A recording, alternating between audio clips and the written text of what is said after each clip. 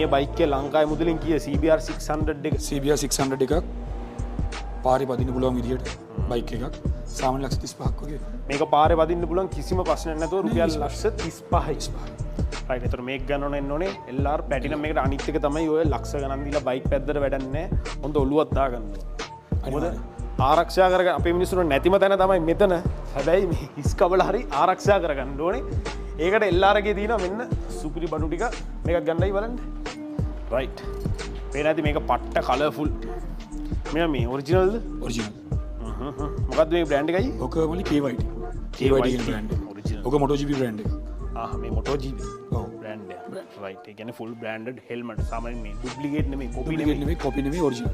Original ගන්න නම් විතරක් LR එකට එන්නේ එහෙමද? ඔව්. සාමාන්‍ය මේ මිල කීයද?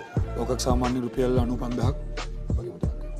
මේක රුපියල් 95000යි. ඒතර මේක ලක්ෂයක් වගේ. මේක රුපියල් AGV. මේක රුපියල් ලක්ෂයයි.